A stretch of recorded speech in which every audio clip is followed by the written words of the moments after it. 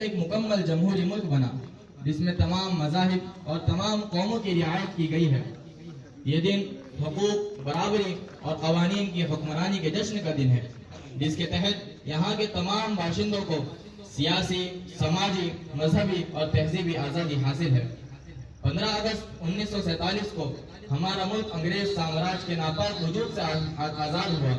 उसके बाद 26 नवंबर 1949 को दस्तूर हिंद तैयार हुआ, जिसका निफाज 26 जनवरी 1950 को अमल में आया।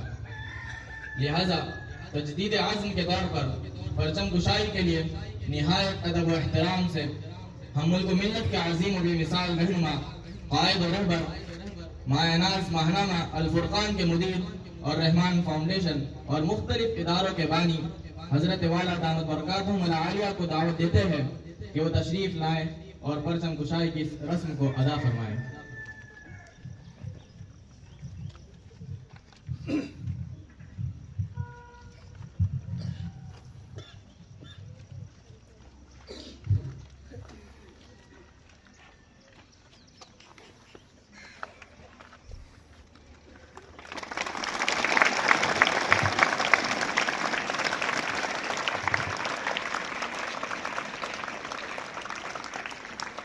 सलामी आमदे